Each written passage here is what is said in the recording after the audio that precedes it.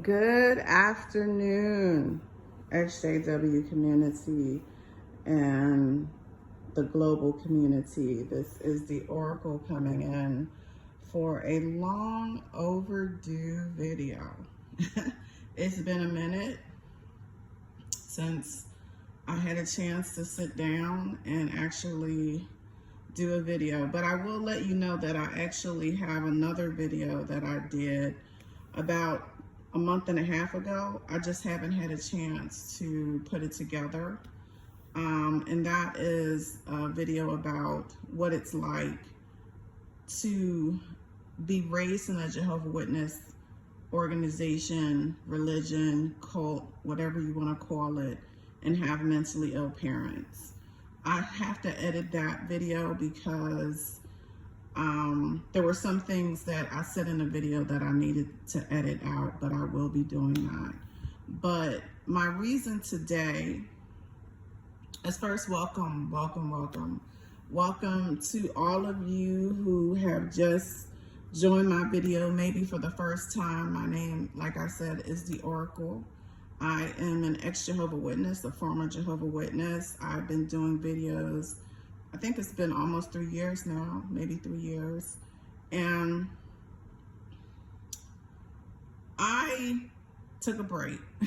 I didn't mean to take a break, but I really believe that even in your ex-Jehovah Witness advocacy, or when you are really trying to have peace in your life, that this should not be the main focus of your life. You definitely need to take breaks. And I certainly, my husband and I, we traveled quite a bit. The pandemic has lessened up. So we basically decided to travel. My husband does some consulting. I do consulting work, but he does consulting work throughout the United States and outside the United States. So because I'm now working remote, we've been able to travel. So we went all over the United States. Oh, it was wonderful. So this is the tail end of the summer. So I hope that any of my listeners listen. Life is short. Life is short. And I hope that you guys are going out and enjoying life.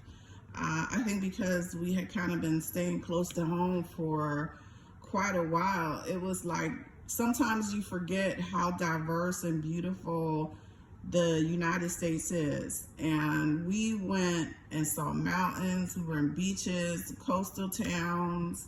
You know, I have a little bit of fear of heights, but my husband doesn't. So we were able to really go to some great places, take a lot of great pictures. So listen, you know, I love the water. I love traveling. I love going, you know, in and out of the United States. So I definitely encourage you to take breaks and to just, you know, take a ride, you know, let the air, you know, blow through your face. I think it really does amazing and wonderful things. My reason today for doing this video is kind of deep. So I'm gonna ask you guys to bear with me because last weekend, my husband and I went to visit my cousin who I may have mentioned a few times in my videos. We were raised like sisters, and she was actually the person who let me know about the XJW Critical Thinker, who I really love their channel, and they remind me of, you know, lots of the Jehovah Witnesses that I grew up with, a lot of the elders, and, you know, people that, like I said, it's not a black and white, like not every Jehovah Witness is a bad person. You know, we're really condemning the thought processes and behaviors and, you know, getting people to wake up. But there's a lot of good people that are in the religion. They just are, you know, misguided, misdirected, doing it because it's been something that's been passed down for generations. I certainly understand that because I'm a third generation. I was born into it. My parents were born into it, and my grandparents converted when they were very young. So I say all that to say that when I see people like the, excuse me, the XJW critical thinker, they resonated with me. But my cousin was the person who told me about them. And I really didn't even get on YouTube that much, to be perfectly honest. But when I saw their channel, then I started seeing that, oh my goodness, there's all these people that are talking about their experiences growing up as, Jehovah Witnesses and what it's like to leave. And, it's amazing. I left when I was 17 years old. So I've literally been out longer than I've been in, but 17 years is the foundation of your life. And, I certainly keep, I would say, sort of a light touch on it, just because the majority of my family is still in it. So I'm always curious to know what's going on. But my cousin is battling stage 4 breast cancer. So before I get into my video, I have to give you the catalyst for this conversation. So my cousin, who I love so much, and it's just, I don't know, it's surreal to be able to look at her and see us, with our own families, and just remembering how we grew up and as kids. And she called me the beginning of the year, literally on New Year's Day, to tell me that she had been diagnosed with breast cancer and that it was stage 4. So please, get, women, please get your mammograms every year. It's very important. And I had not had a chance because I've been so busy. Kids are home during the summer, and there was just a lot going on. So I finally had a chance, because I had to collect myself, and my husband and I decided to drive and spend a weekend near my cousin and just spend some time with her. And her entire family was there, which is great. Her sons, her grandchildren, her grandchild, her mom, my aunt, her husband, her kids. So it was pretty difficult for me, because my cousin is going through chemotherapy, and I sobbed, absolutely busted out crying. I could not control myself, and I had tried to keep myself together. My husband had been like, you want to be there for her, don't upset her. But it was just so, the cancer sucks, and the chemotherapy is kicking my cousin's butt. But my aunt was there, and it was me, my cousin, and my aunt. My husband went to the other room, and we were talking. My cousin was like, you got to be there for me. It's hard for me, but you got to be strong. And we had a long conversation, and it kind of made me realize that even though I'm editing this long video, because it's long, because I just went in and told you what it was like for me growing up with a mother and a stepfather that was severely mentally ill, and how the Jehovah Witness organization did not help, and in some cases enabled, because they just not equipped to deal with that. But it was a long video, because I just kind of detailed my stuff. I was like, you know what? I got to stop, and I just got to do this public service announcement. And what was the catalyst for me stopping to do this video?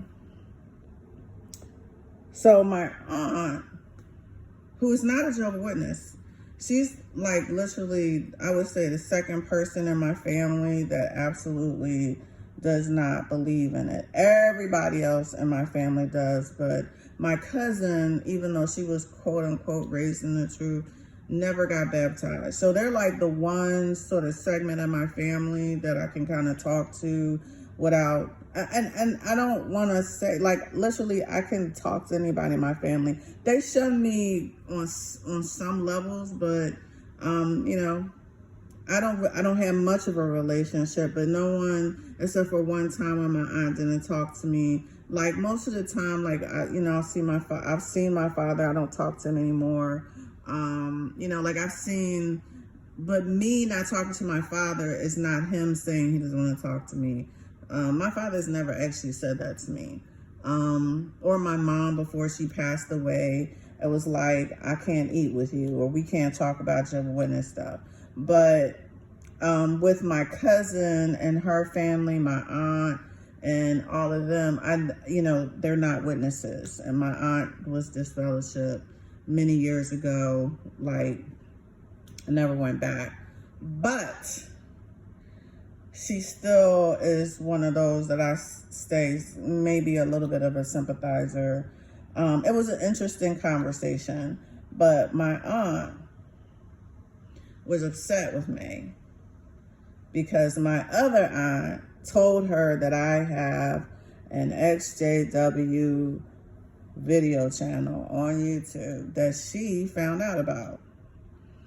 And my aunt was like, you told a lot of stuff about our family that was very embarrassing and shameful to me and our family.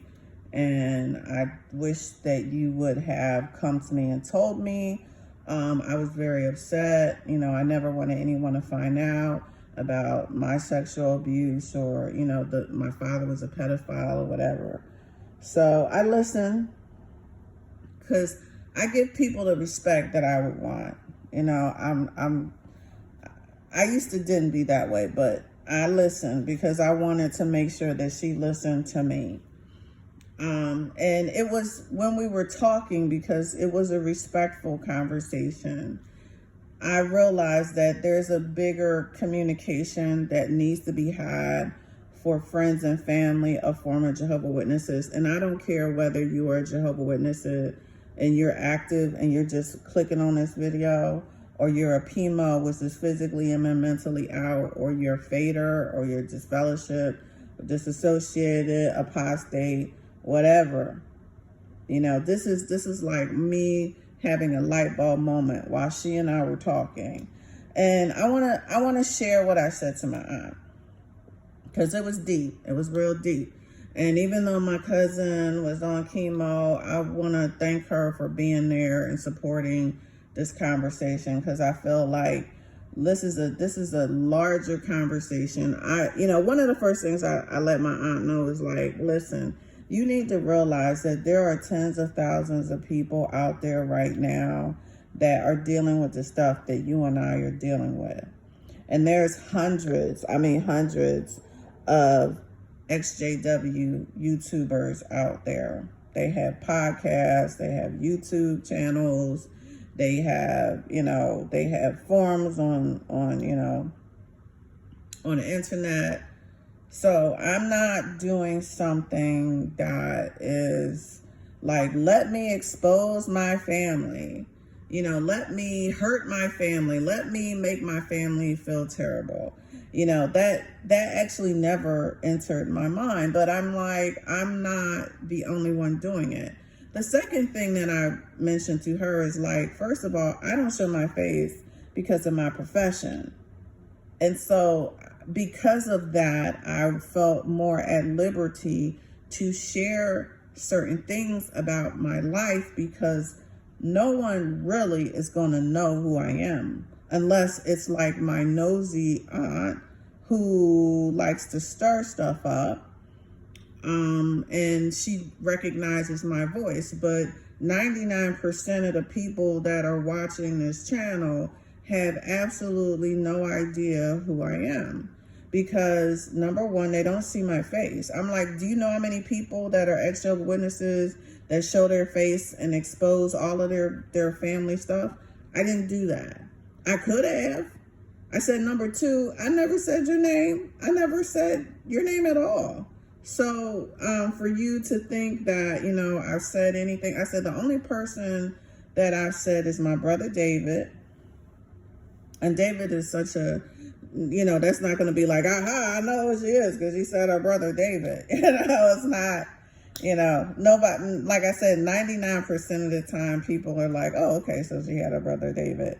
And they don't see my face. They don't, you know what I'm saying? They're not like they're going to be able to put two and two together. So it's really about my aunt realizing, which I believe she did, because she and I had a very healing conversation, which I think was important, is that, first of all, you got to understand that I didn't tell your name. I didn't say who you were. I didn't say who I am.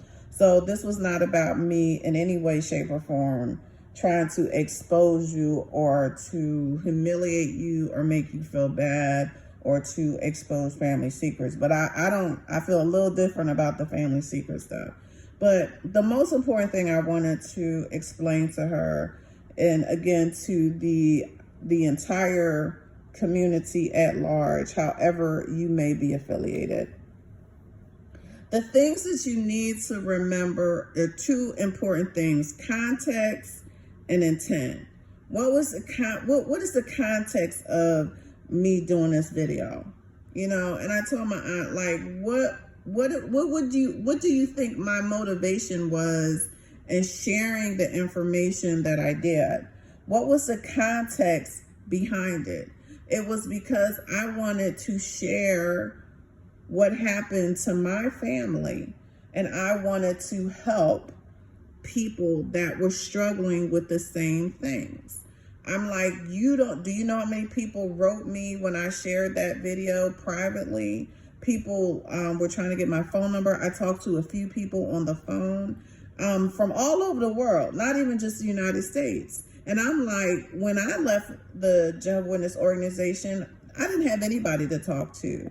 My family tried to make it seem like I was some kind of black sheep, and they were just waiting to get a call to say I had fell into a ditch somewhere, and I didn't. I didn't. I'm actually one of the most educated and successful of my entire family on both sides. But that's besides the point, because that doesn't negate happiness or any of that. But I'm just saying that my family has to understand that when people do videos, they're trying to heal from their personal trauma, and they're trying to help other people who may be trying to heal from their trauma. There's no malice involved. So the context and the intent is important. I love my family. However, I had to sit and watch my mom fall apart in her life, and I had to watch my mom as she slowly passed away. That's heartbreaking. My brother passed away. These people didn't, like, my cousin has cancer. My brother and mother didn't die from cancer or even vehicle, homicide or shot or anything. They basically were suffering in their life and made poor life decisions. And, then it was some, doctors giving them wrong advice and such. But, I really believe that a lot of the suffering that led to their death was literally because they were unhappy and they were making poor life decisions. And I believe that that unhappiness and that suffering has a lot to do with being in this religion and cult. That's my belief. And so that's why I do my video. It is because I want to help people. I want to share my story. Every time the Oracle, click on a video and hear something that somebody else is going through, it resonates with me. It helps me. And so that's what I was trying to get my aunt to understand. So she made a comment to me, and I'm going to actually address it in this video. So my aunt looked at me and she said, well, you know what? I never told you that your mother was sexually abused. I never told you that. And I looked at her and I said, I never said that you did. I'm going to tell you what you told me. You told me what Grandpa did to you, right? And what you suspected he did to your sister that is right under you.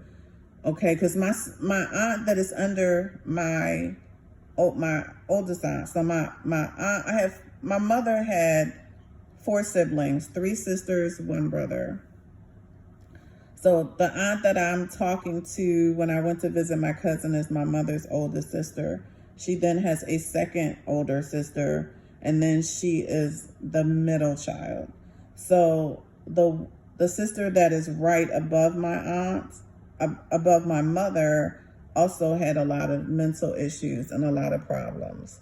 So when my aunt first shared this information, she says she suspected, but she didn't know. Now, about my mother, let me explain how this all came about, and I'm going to do it as quickly as I can. As I told you, the family secrets were exposed in a family visit. Okay, so my aunt, my cousin, the one that's struggling from stage 4 breast cancer, had driven to visit me about, let's say 15 years ago, maybe longer, but let's just say 14, 15 years ago. And they came up and visited me on a Sunday. And we spent the day together. We were talking about our families and everything. Now, before that time, I'm trained and educated in psychology. I have 2 degrees in it. I have one in psychology and one in social science. So in the course of my studies, and why I was propelled to do the studies, is because of the psychological issues in my family, but specifically my mother and latently my stepfather. We didn't know anything about mental health. We didn't know anything about, the DSM. We didn't know anything about any of that. We are an average Black American middle class family, working class. My grandparents are from the deep South. And, we've been in this country for, 500 years. And mental health is just not talked about. It's not discussed. It's like you got bad nerves, you need to rest, you need to not think about it. That's how my community dealt with it. So as I got older and I went to college, after my mom had all those issues and my stepfather, I wanted to understand what was going on. So I studied these things. When I'm studying those things and I'm taking upper level classes, I start to see a pattern in my mother. And it was something that I never shared with anyone, but I started to believe from all of the pathology, the issues and things that my mother would say throughout my life, that she had been sexually abused. So I already, because I'm studied, I'm looking at how my mom raised me, little things that my mom would say that made me suspicious that she had been a victim of sexual abuse. I then started to think about things that I saw from my grandfather growing up. I then remembered that my grandfather had sexually molested me and my grandmother had caught him. So again, this is deep. This is real deep stuff. So again, I was already in myself, had already put together a theory that I had never shared with anyone in my family, because my grandfather is was this very revered person in my family.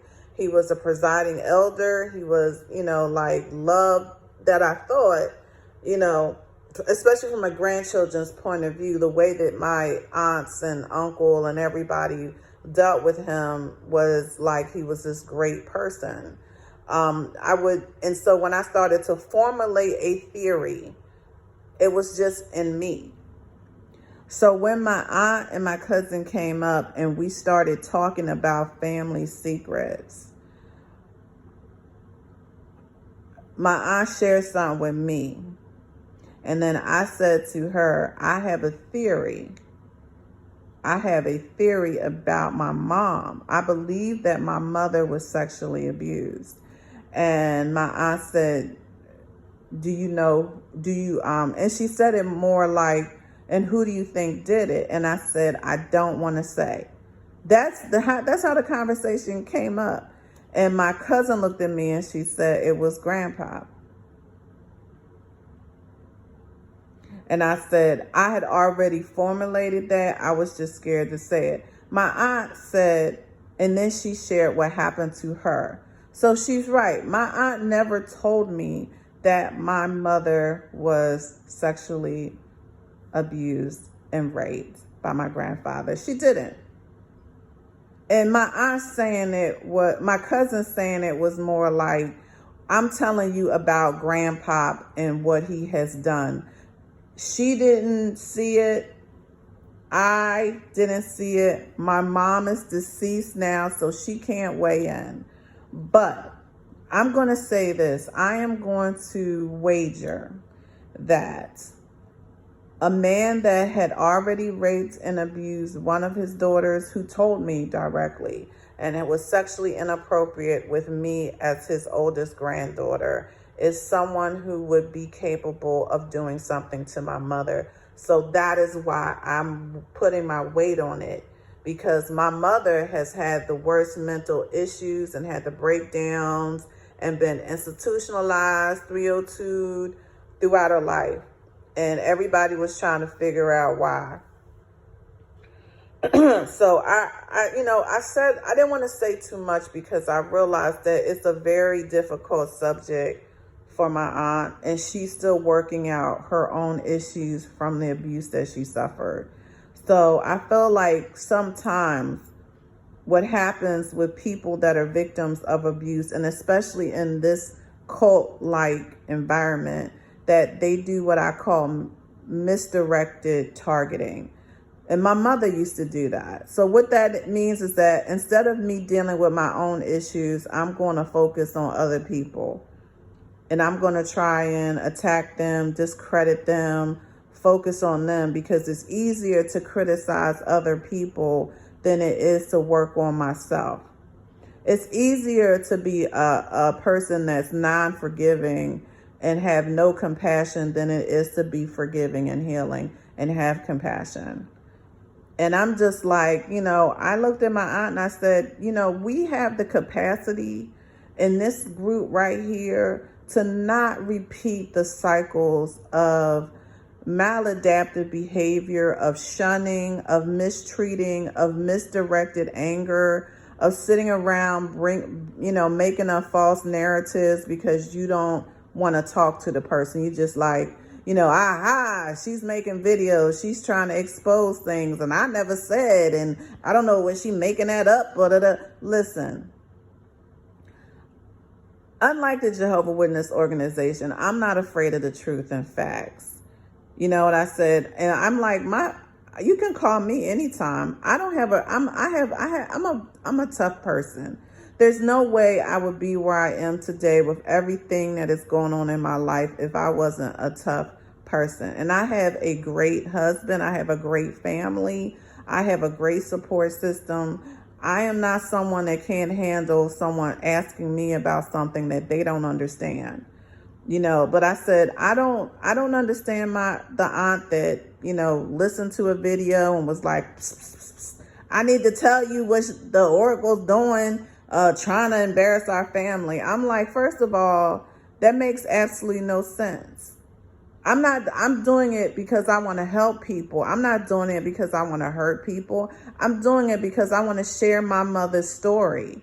I want to share what happened to my mother, what happened to me, what happened to you without telling people your name. And it's sad, it's tragic that, that some people are going to take the wrong message. But you know what? That's on them. That's on them. I can speak for myself. I do things because I want to make it right. Okay? Misdirection on me, misdirection on other people. Here's the person that is the person to be held accountable. My grandfather. And she's like, yes, but, death is the ultimate response, and, he's paid his debt. Yeah, he's paid his debt. But that doesn't mean that we don't have the right to heal and call out what he did. And I'm like, our family is We have a lot of mental illness in our family. We have a lot of, people that don't want to talk to one another. We have a lot of people that's walking around, trying to hurt one another and being unforgiving. I looked at my aunt and I said, listen, there's nobody on this earth. There's nobody in our family that is perfect. Everybody has made mistakes. And, we can't sit here and try and judge one another when none of us has always said and done the right thing. You need to understand something. I have never, not one time in my life, done anything because I wanted to hurt or harm my family. My family has done a lot of things to me. They have lied on me. They have, just the half-truths, the trying to shame me, trying to bring me down. It's horrible, the stuff. And, even I can't harp on it. I'm like, okay, you did it. That's your karma. I'm going to live the best life that I can. That's my answer. You can sit there. You can do whatever you want. You can say whatever you want. You will never, ever have the last word on me. And you will never, ever be able to block my blessings. And that is the point. My point is that I'm sitting there and I'm looking at my cousin, who is this wonderful person, and I'm seeing her, and I'm looking at my aunt, I'm looking at her children, I'm talking about my cousin's children, and she has one little granddaughter, and I'm like, this is what it's about. The thing that I dislike most about the Jehovah Witness organization is that it breaks up families. You got a lot of people that are mimicking this shunning stuff and holding on and being, hard-nosed with everyone, not even trying to find out if what they thinking is correct and then holding on to it. It's so dumb. It's dumb. It makes no sense. So my public service announcement is simple. Why do former Jehovah Witnesses make videos? Why do former Jehovah Witnesses go to meetups? Why do former Jehovah Witnesses have podcasts and message boards and all that? Because we are healing from the trauma and the pain. Because we are trying to educate people on everything that happened when we were a Jehovah Witness and we did not know. I learned more about the religion after I left than I was in. And that's strictly from a theocratic point of view. I'm like, the organization is about thought control, and it's about information control. So they don't want you to go outside of the context of their organization to find things out. And when you start talking to people and when you start doing education, it exposes you. It exposes you to a lot of stuff that they try to hold from you. And literally, like I said, this isn't a long video. I have a really long one. I'm going to really try and get it done before Labor Day. But it's just, I needed to kind of get this out while it was in me, because it's very fresh, and I had to kind of put my weight on it. Like, listen. No, I've listened to a lot of, ex-Jehovah Witness videos, and, not everybody perfect. I've talked about some things where I'm like, that person need to work on some stuff. But, even in the worst of the videos, and I don't even like to use the word worst, but even ones that I may not particularly agree with, the reason they're doing it is that they are trying to heal. I've never heard, or trying to help people. I've never heard anyone that has done a video that is just like, I'm trying to hurt people, I'm trying to bring them down, I'm trying to cause havoc. That doesn't make sense. We're trying to heal. We're trying to help. And that's literally my message today. I will be back soon. I please send your prayers, send your positive energy to my cousin as she gets through this battle.